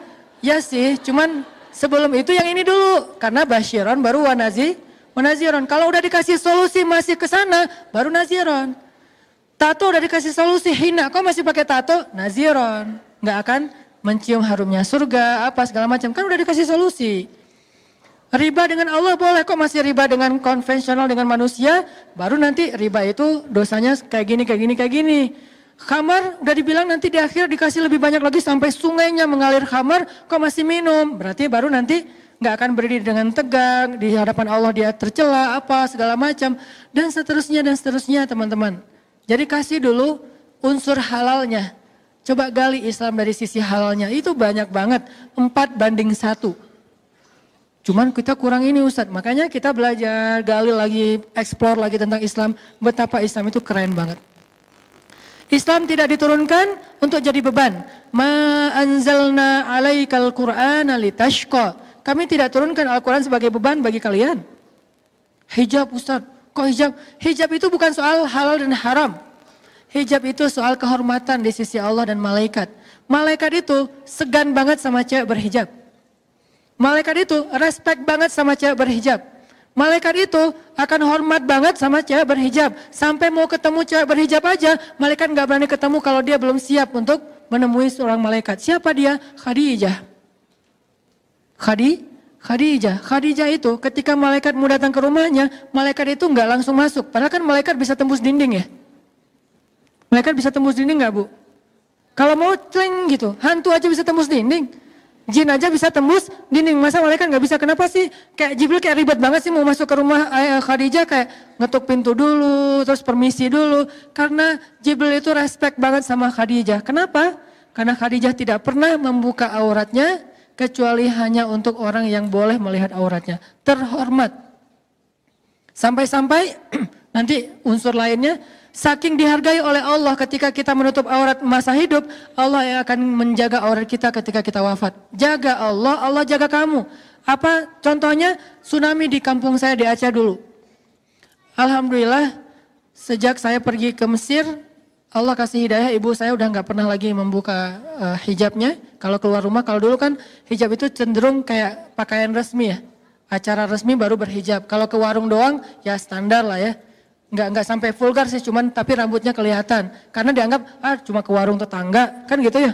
Tapi alhamdulillah akhirnya paham, oh itu bukan masalah ke warung atau ke tempat yang resmi, tapi menutup aurat. Alhamdulillah sejak saya ke Mesir, ibu saya udah menutup aurat dengan lebih baik. Dan ketika meninggal dalam musibah tsunami itu kan kayak blender. Teman saya, alhamdulillah dia selamat, dia cerita. Dia bilang, dia manggil saya gitu, Anang, dulu waktu tsunami itu, gua naik ke lantai 2 rumah gua. Dia rumahnya 2 lantai. Naik ke lantai 2 karena dekat laut, itu kelelep juga. Walaupun lantai, karena airnya itu lebih tinggi dari pohon kelapa kalau yang dekat laut. Aris, Bilal, saya manggilnya Aris, panggilan keluarga. Bilal itu kan korban tsunami, dia ke blender dalam tsunami. Dia ininya kan punggung dia itu kan sempat kebelah, terus kakinya sempat sobek besar, kepalanya juga pernah ininya ada beberapa bekas kebelah gitu. Karena dia ke blender dalam tsunami, dia saksi hidup lah dalam musibah tsunami. Dia megang ibu saya, megang kakak saya, mereka bertiga kayak pegangan gitu menghadap ombak tsunami yang katanya lebih tinggi dari pohon kelapa. Itu hitam tapi kayak meletup-letup gitu, pecah gitu, hancur semua yang ada di depannya. Karena udah gak bisa lari, akhirnya mereka ke blender bertiga. Dalam blenderan itu kata Bilal, dia sadar, lepas tangan ibu, lepas tangan kakak. Terus Bilal terdampar nyangkut di atas atap rumah orang tapi udah sobek-sobek, terus dia pingsan gitu. Pas dia sadar ibu udah meninggal di pekarangan rumah, blender tapi selamat ketahuan ininya jenazahnya di pekarangan rumah sama kakak saya. Yang bikin saya berbaik sangka dan jadi kayak hiburan buat saya, udah ke blender, hijabnya gak lepas. Sedangkan teman saya, dia cerita, namanya Habibi, dia cerita, Hanan, dulu gue juga ikut ke blender pas tsunami, gue pakai jeans, pakai baju kaos gue hilang, jeans gue hilang. Kebayang nggak pakai celana jeans yang ketat, pas dia di blender, sadar-sadarnya di atas atap rumah orang, itu udah hilang pakaiannya. Malah pakai celana jeans loh, bukan hijab, bukan jilbab yang longgar ya. Jeans kan ketat, susah banget kan dibuka kan. Sampai kalau darurat kan susah banget tuh dibuka tuh. Itu padahal ngebuka pakai tangan kita aja susah. Buka kancingnya dulu itu susah. Apalagi di blender harusnya kan, apalagi dalam air harusnya kan gak kebuka. Tapi saking parahnya tuh blenderannya, Habibie ini selamat udah gak pakai jeans, udah gak pakai kaos. Untungnya mungkin Allah masih menjaga aurat dia, masih pakai pakaian dalam. Tapi jeans sama kaosnya udah hilang. Ibu saya, dan ada beberapa kejadian perempuan muslimah, aktivis dakwah yang mereka ke blender juga, ditemukan di depan rumah, ditemukan di jalan, tertelungkup, tapi hijabnya sempurna. Padahal ke blender, itu hadis, jagalah Allah, Allah jaga kamu. Jaga Allah ketika kamu hidup, Allah jaga kamu ketika kamu wafat. Kalau di dunia aja digituin sama Allah, gimana di akhirat? Gak mungkin dia akan dibuka aibnya oleh Allah, Allah akan jaga. Allah akan bikin dia terhormat nanti di akhirat. Walaupun nanti di padang mahsyar ada adegan gak pakai apa-apa yang bikin Aisyah malu banget dengan hadisnya kan ya. Kata Aisyah, aduh malu banget sih hadis cerita itu. Kata Nabi, ya Aisyah, waktu itu orang gak akan peduli tentang aurat. Karena orang sibuk dengan likul limri'in yauma idin sya'nun yughni. Tapi setelah itu Allah langsung tutup aurat cewek-cewek yang berhijab. Ini namanya basyiran. Bukan yang tidak berhijab satu jengkal itu nanti neraka segala macam. Itu yang kesekian. Nomor satunya, bahaslah unsur motivasinya, gairahnya, kebaikannya, kehormatannya. Itulah yang dibahas dalam Al-Quran. Itulah yang dibahas dalam hadis, termasuk bab ini. Ternyata pakai tato itu boleh dengan syarat yang saya sebutkan tadi. Hina, khusus cewek, dan diniatkan buat suami, bukan buat orang lain. Malah tato ini tato berpahala lah gitu. Terus Bakrah bintu Utbah nanya lagi, bagaimana dengan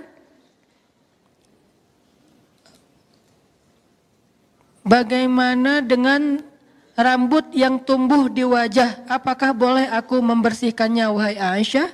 Maksud rambut di sini bukan alis ya. Karena kalau alis itu bukan rambut, namanya alis. Rambut yang tumbuh di wajah cewek itu kadang kumis. Kan ada kadang-kadang beberapa perempuan yang hormon tertentu dia kayak ada kumisnya atau ada kayak sedikit rambut di sini, jambang lah kalau laki-laki gitu kan. Bolehkah aku membersihkannya supaya cantik?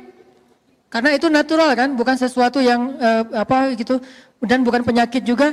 Apa kata Aisyah? Jika engkau punya suami, nih, kalau belum punya suami, maka tidak ada kepentingan. Jika engkau punya suami dan membuatmu lebih cantik, maka lakukanlah. Sampai gitu-gitu amat Aisyah mengajarkan tentang dandan kepada sahabiat, kepada perempuan-perempuan soleh di zamannya. Lalu ada seorang sahabiat, cewek Ansor, datang ke rumah Aisyah. Pas sampai di rumah Aisyah dia buka kerudung, karena sesama cewek kan. Dia buka kerudung, rambutnya tidak rapi. Apa kata Aisyah? Wahai perempuan, rapikanlah rambutmu untuk menyenangkan suamimu.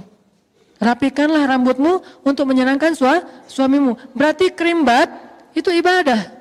Kalau niatnya buat suami, kalau nggak bisa kerimbat di tempat yang profesional, minimal kita pakai sampo, kita bersih-bersih, kita menjaga keharuman dari rambut kita. Apalagi perempuan yang berhijab mungkin ada sedikit challenge. Saya nggak mengatakan beban, tapi challenge karena kita kan senang dengan challenge ya. Sekarang challenge macam-macam gitu, sampai ada Ustadz challenge. Tapi nggak apa-apa lah Ustadz challenge-nya daripada delay challenge kan.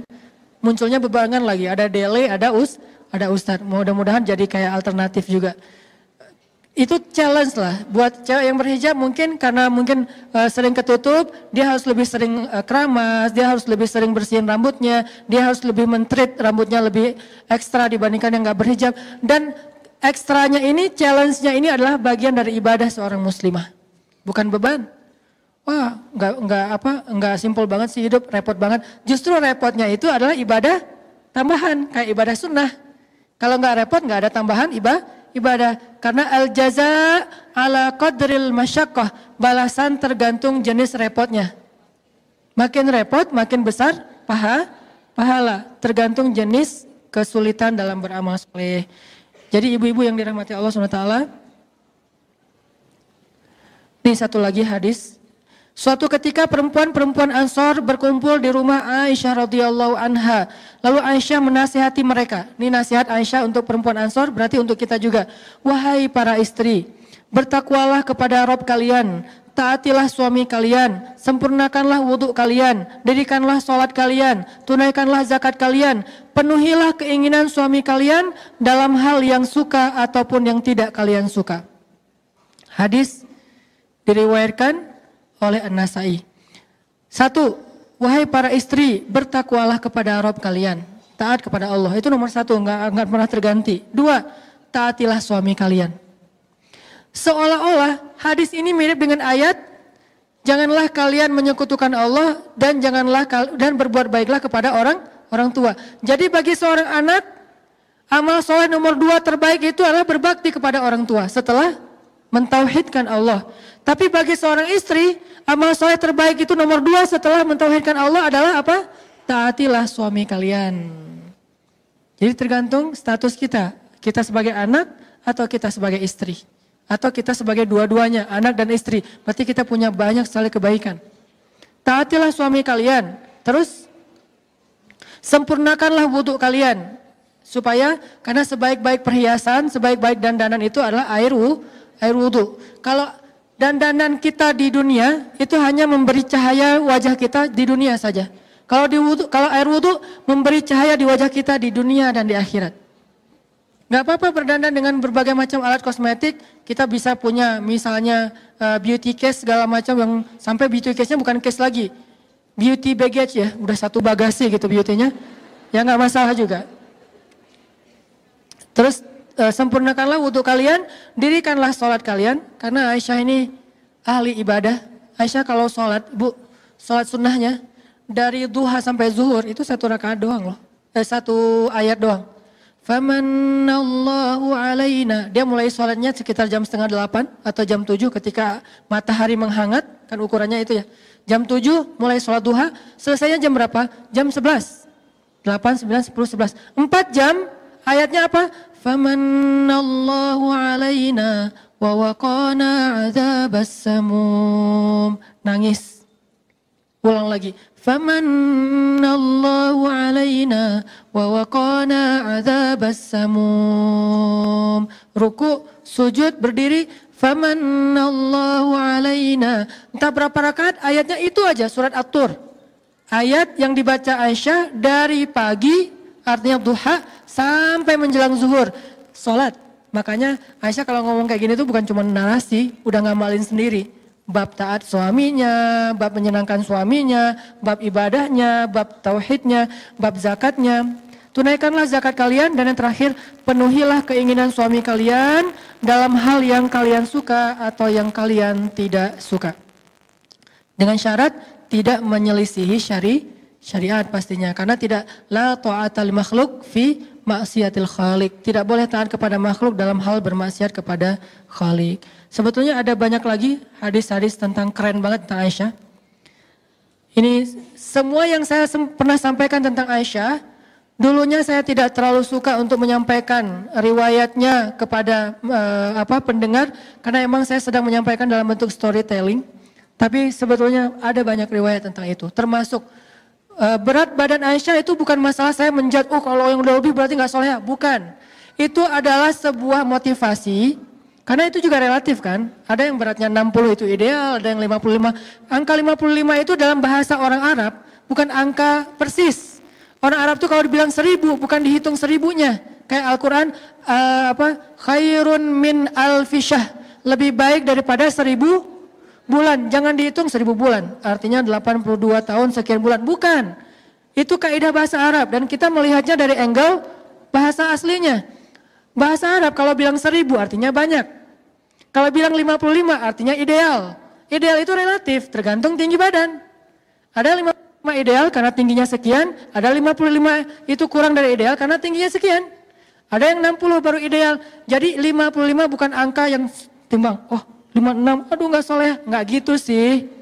Ini harus diperjelas, mudah-mudahan tidak jadi fitnah. Maksudnya menjaga tubuh itu bagian dari jamal, bagian dari sarratka, walaupun itu bukan satu-satunya ciri cewek soleha. Kan ada 3 tadi.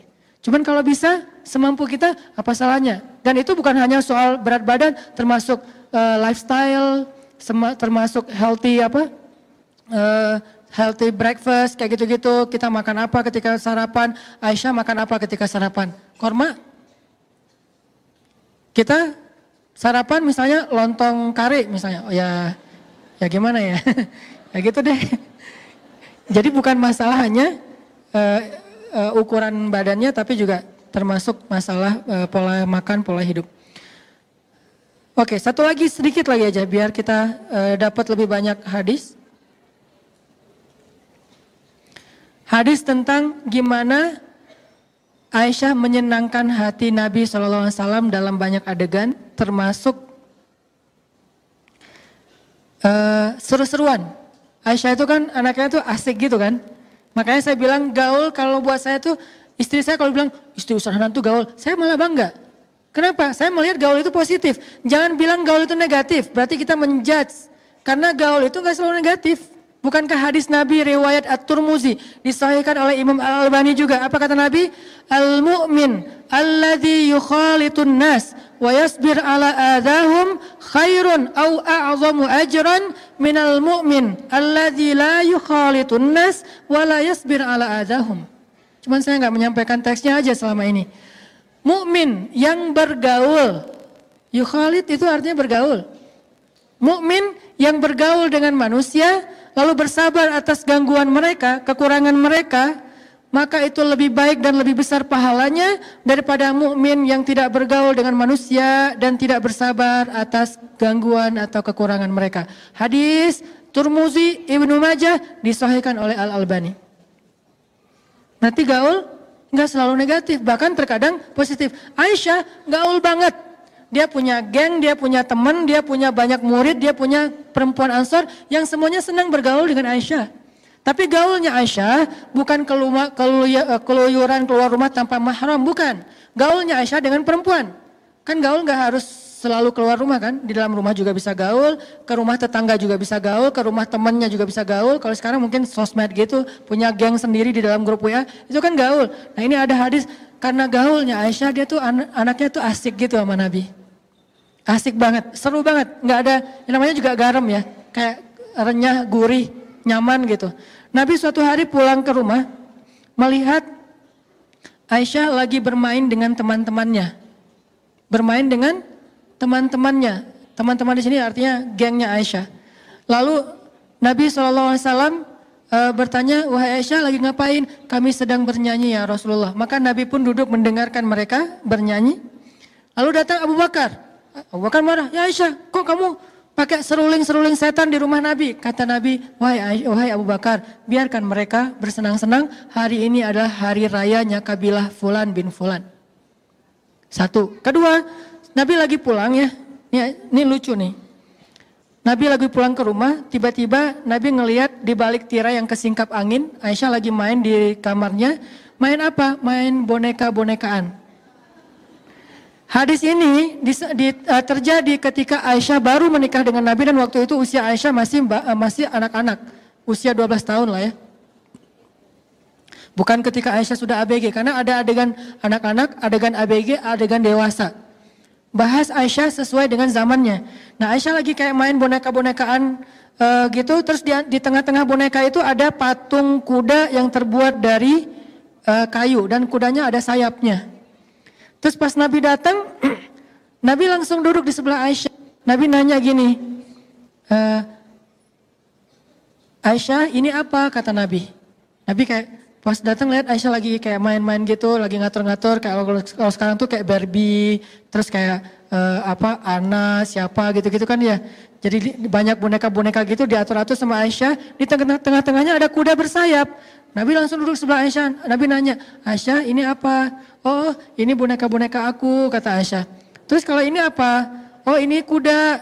Nabi bilang, memang kuda ada sayapnya. Apa jawaban Aisyah? Ya Rasulullah, emang Nabi gak pernah dengar kalau Sulaiman itu punya kuda dan punya banyak sayap? Nabi langsung tertawa sampai terlihat gigi gerahamnya. Mana gigi geraham? Di sini. Berarti ketawanya lebar. Saking Nabi happy-nya dengan Aisyah. Terkadang kekanak-kanakan sedikit itu gemesin, nggak masalah. Selama masih mungkin tergantung usia juga ya. Kadang dewasa lebih butuh, kekanak-kanakan juga butuh kan. Buat saya sih bukan berarti kekanak-kanakan tuh harus jadi anak-anak, enggak. Kayak manja, kayak caper-caperan, itu bikin suami kadang kayak ngerasa cowok banget lah ya.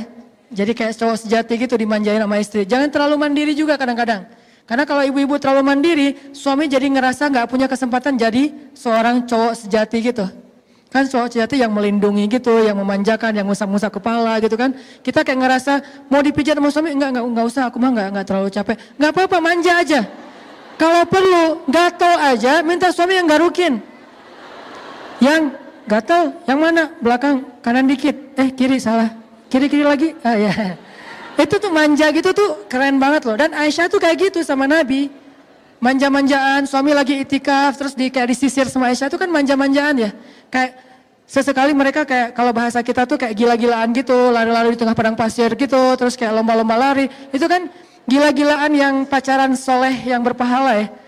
Lakukanlah itu, insya Allah berpahala dan akan seru banget hidup kita. Jangan garing-garing amat. Dan Aisyah traveler, karena emang enak diajak traveling, orangnya seru gitu, rame, nggak kayak yang jaim-jaiman. Kebayang gak sih traveling sama pasangan kita terus dia kayak jaim gitu, yang kita mau kemana? Terserah. Krik-krik gak sih perjalanan kan gak nyaman banget ya. Yang kita makan di mana? Ikut aja. Aduh gak seru banget. Yang kita challenge yuk sih. Kita bikin vlog yuk. Apaan vlog? Kayak aduh itu mah kayak gak gitu banget ya. Coba kebayangin pasangan kita tuh anaknya asik gitu ngajak yang kita kemana? Wah ke sana yuk, kenapa kayak rame gitu. Terus kita kayak diskusi gitu. Walaupun akhirnya nanti jalannya cuman ke sebelah rumah atau kemana gitu. Ke taman komplek gitu, gak apa-apa. Yang kita makan di mana? Makan misalnya batagor di sana yuk, makan cuangki di sana. Udah sering kali di sana. Oh iya ya, terus di mana? Ya udah deh di jalanan aja kata dia. Aduh, aku nggak tega bawa kamu di kejalanan. Nggak apa-apa, kasal sama kamu kan tetap happy gitu kan. Akhirnya kayak seru-seruan gitu. Itu Aisyah banget teman-teman dalam bahasa sejarah. Cuman ketika kita translate kepada konteks sekarang, intinya kata ulama Aisyah itu farihah marahah. Apa artinya? Aisyah itu seru. Farihah marahah, orangnya seru terus, happy terus, rame terus, nggak ada matinya. Itulah Aisyah. Sisi inilah yang jarang diangkat dari sosok ibunda Aisyah yang keren, super duper keren menurut saya. Kita hanya ngelihat sisi ibadahnya, malunya, hijabnya. Oke, tapi belum sempurna. Banyak sisi lain yang luar biasa dari Aisyah. Sehingga Nabi mengatakan Aisyah itu seperti garam di dalam sebuah lauk. Ayo kita belajar jadi garam buat suami kita. Sehingga kalau nggak ada kita kayak ada yang kurang gitu. Dia kumpul sama gengnya tetap kurang, nggak ada kita. Saya kalau ngumpul sama siapa aja selalu bawa istri saya. Kenapa? Kalau nggak ada kamu tetap nggak seru. Tetap aja kalau ada dia tuh kayak seru gitu. Selalu harus kita jadi garam. Dia ngumpul sama gengnya bawa kita. Kalau nggak tetap kurang. Dia jalan bawa kita. Kalau nggak kurang. Dia meeting bawa kita. Kalau nggak kurang. Sampai dia meeting masalah kerjaan aja. Dia pengennya ada kita. Kalau kita nggak bisa ikut, dia kayak update gitu. Yang bete nih, kenapa? Nggak ada kamu, gitu ya. Terus kayak lagi meeting kayak lagi chat gitu, terus lagi apa, itu kan seru banget ya. Itulah Aisyah. Imajinasikanlah sejarah sosok Aisyah radhiyallahu anha dalam perilaku rumah tangga kita. Semoga itu menjadi salah satu bekal kita untuk menjadi seorang istri solehah, selain unsur-unsur lain pastinya. Sehingga Allah Subhanahu wa taala menitipkan salam untuk kita melalui para malaikat, sebagaimana Allah menitipkan salam untuk Aisyah melalui Jibril alaihi salam.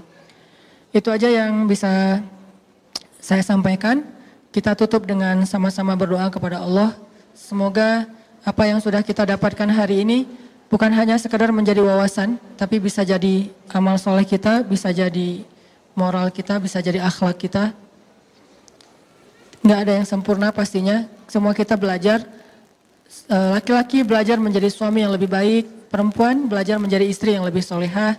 Semuanya tumbuh, semuanya belajar dari kesalahannya, belajar dari percekcokan rumah tangganya, belajar dari kesalahpahaman di antara mereka, belajar, bukan merasa udah paling sempurna. Justru kita belajar karena kita merasa banyak kurangnya, lalu kita memperbaiki diri, insya Allah dengan kayak gitu rumah tangga kita akan Allah bangun menjadi rumah tangga yang dicemburui oleh para malaikat, sebagaimana malaikat cemburu kepada rumah tangga Ibrahim dan rumah tangganya Imran alaihi radhiyallahu an. Allahumma ighfir lana dzunubana wa liwalidayna warhamhuma kama rabbayana shighara. Allahumma a'inna ala dzikrika wa syukrika wa husni ibadatik. Rabbana atina min ladunka rahmah wa hayyi' lana min amrina rasyada. Waj'al lana min kulli dhiqin makhraja wa min kulli hammin faraja wa min kulli usri yusra. Rabbana hab lana min azwajina wa dhurriyyatina qurrata a'yun waj'alna lil muttaqina imama. Ya Allah, ampunkanlah dosa-dosa kami ya Allah. Dosa kami sebagai anak untuk ayah dan bunda kami ya Allah. Dosa kami sebagai seorang istri untuk suami kami ya Allah. Dosa kami sebagai seorang kakak untuk adik kami ya Allah. Dosa kami sebagai seorang ibu untuk anak-anak kami ya Allah. Dosa kami sebagai murid untuk guru-guru kami ya Allah. Dosa kami sebagai seorang perempuan untuk masyarakat kami ya Allah. Ampunkanlah dosa-dosa kami yang kadang kami tidak sadar melakukannya, tetapi dosa-dosa itu telah menutup hati kami sehingga membuat kami sulit khusyuk di dalam sholat, membuat kami sering gampang tersinggung ketika dinasihati, membuat kami enggan memperbaiki diri, membuat kami jauh dari orang-orang yang solih. Ampunkanlah dosa-dosa kami ya Allah. Jangan Engkau marah kepada kami karena dosa-dosa kami tidak mengerti ya Allah. Maafkanlah kesalahan kami. Ilahana, ajarkanlah kami menjadi seorang qurrata ayun, penyejuk mata bagi pasangan kami. Karena salah satu di antara doa orang yang beriman, Rabbana hablana min azwajina wa dzurriyyatina qurrata ayun. Ya Allah, ya Rabbana, jadikanlah pasangan kami atau istri kami, anak-anak kami, penyejuk mata bagi kami, dan jadikanlah kami sebagai imam dalam ketakwaan. Maka ya Allah, kami sebagai para istri meminta kepada Engkau, bimbinglah kami, ajarkanlah kami bagaimana menjadi qurrata ayun bagi suami kami, menyenangkan pandangan suami kami, sehingga itu bisa membuat dia mudah menundukkan pandangannya di luar rumah kami, membuat dia merasa betah di dalam rumahnya, membuat dia mendapatkan pahala dari memandang kami, membuat dosa-dosa kami berguguran karena dipandang lama oleh suami kami, membuat kami menjadi istri yang soleh yang Engkau ridhoi, menjadikan itu semuanya jihad dalam rumah tangga kami ya Allah. Ajarkan kami tentang hal ini. Ajarkan kami bagaimana berperilaku baik kepada suami kami, tersenyum di wajah suami kami, karena kami sadar tersenyum di wajah orang lain saja selama bukan fitnah itu adalah ibadah, apalagi tersenyum di wajah pasangan kami sendiri. Memaafkan kesalahan orang lain saja ibadah yang luar biasa, apalagi memaafkan kesalahan suami kami. Menjaga perasaan orang lain adalah ibadah, ra'fah, apalagi menjaga perasaan ra'fah kepada suami. Menunaikan hak orang lain saja ibadah, wafa, apalagi wafa kepada suami kami sendiri. Tidak ada amal solih yang menjadi kebaikan untuk orang lain, kecuali itu juga kebaikan jika kami lakukan kepada suami kami sendiri ya Allah. Ilahana, ajarkan kami hikmah, ajarkan kami kecerdasan Bunda Aisyah radhiyallahu anha, ajarkan kami briliannya Aisyah radhiyallahu anha, ajarkan kami sifat solehanya Aisyah radhiyallahu anha, ajarkan kami sifat pemalunya Aisyah radhiyallahu anha, ajarkan kami sisi asiknya Aisyah radhiyallahu anha. Jadikanlah kami garam untuk suami kami sebagaimana Aisyah menjadi garam untuk Rasulullah sallallahu alaihi wasallam. Rabbana atina fid dunya hasanah wa fil akhirati hasanah wa qina adzabannar. Subhanakallahumma wa bihamdika asyhadu an la ilaha illa anta astaghfiruka wa atubu ilaik. Assalamualaikum warahmatullahi wabarakatuh.